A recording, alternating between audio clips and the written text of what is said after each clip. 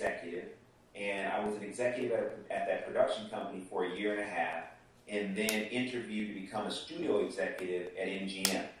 Went to go to MGM, and with the studio system, there's a hierarchy. So an entry-level executive position in production is called a creative executive. The next step up from there is called director of development. Director of development and creative executive are both considered junior-level executive studio positions, right? Now, when you become a VP, that's when you kind of cross that threshold and enter into a little more seniority.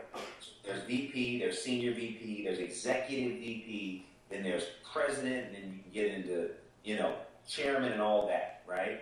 So as I started at MGM, I was a creative executive. Then when I moved to Sony, I became a director of development, then got promoted to VP, and then got promoted to senior vice president. So that has been the process from intern to assistant to, you know, junior executive, creative executive, director of development, VP, senior VP, and that process has taken to now, it's been about 17 years. DeVon, Nice. Yes. it's a long time. DeVon, long time. I started early. Yeah. But I want you to talk a little bit more about that freshman year in college, because I remember reading in Produced by Faith, you're at USC, and you go through this period where you're starting to question, who am I?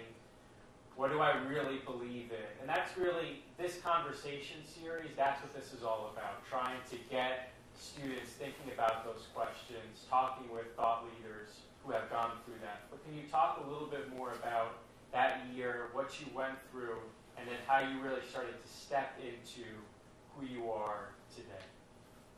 Yes, good question. Can totally do that. You know, I grew up in a very